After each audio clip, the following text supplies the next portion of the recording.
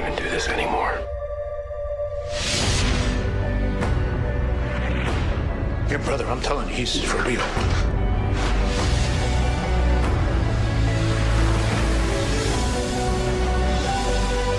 It's who you are, it's what you are. You can't run from that forever.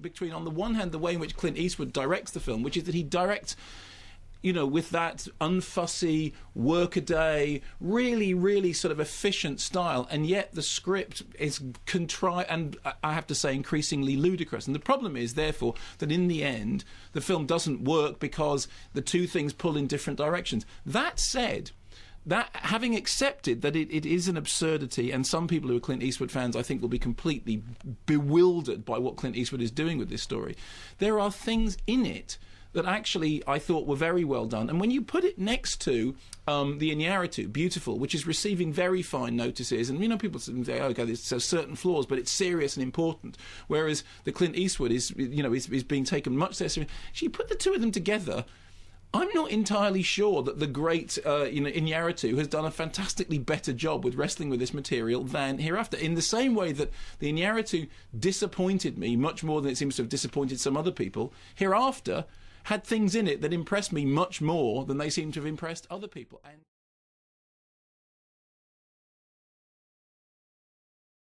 but I would recommend go see it. Go see it on a rainy day. It's very sad and somber and kind of depressing. But if you're into that, go see it. I don't think it's going to get nominated for anything, and it probably won't make that much money, but I enjoyed it. So, the movie's called Hereafter.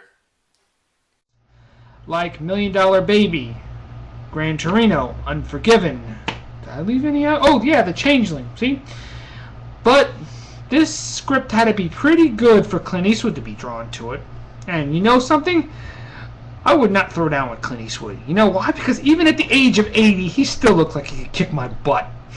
He still looks very tough. I wouldn't dare, in case he might say, make my day, or do I feel lucky?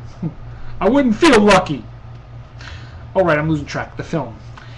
Now I know what you're probably thinking. This film is focused on Matt Damon the psychic, right? Well, not quite. It's focused on 3 different people.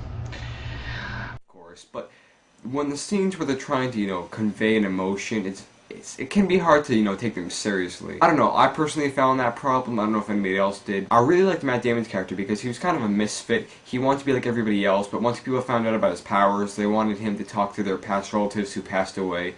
So it was interesting to see him try to stray away from his, you know, past elements. Of course, the rest of the acting wasn't bad, it's just it could have been a little bit better. So overall, I thought Hereafter was really good, actually. I really enjoyed the plot, I liked the way Clint Eastwood directed it, and the characters weren't half bad. Of course, the characters could have conveyed a little more emotion, but overall, I think this is a very enjoyable film. It's very unique. Looking up reviews online, it seems like half the people like this movie and half the people do not like this movie. I have to be on board with the people who like this movie because I really did find this movie very interesting, and even though some parts were just dialogue and even though the emotions in some of the actors weren't that well, I still found this movie to be entertaining. You know, I really just enjoyed this movie.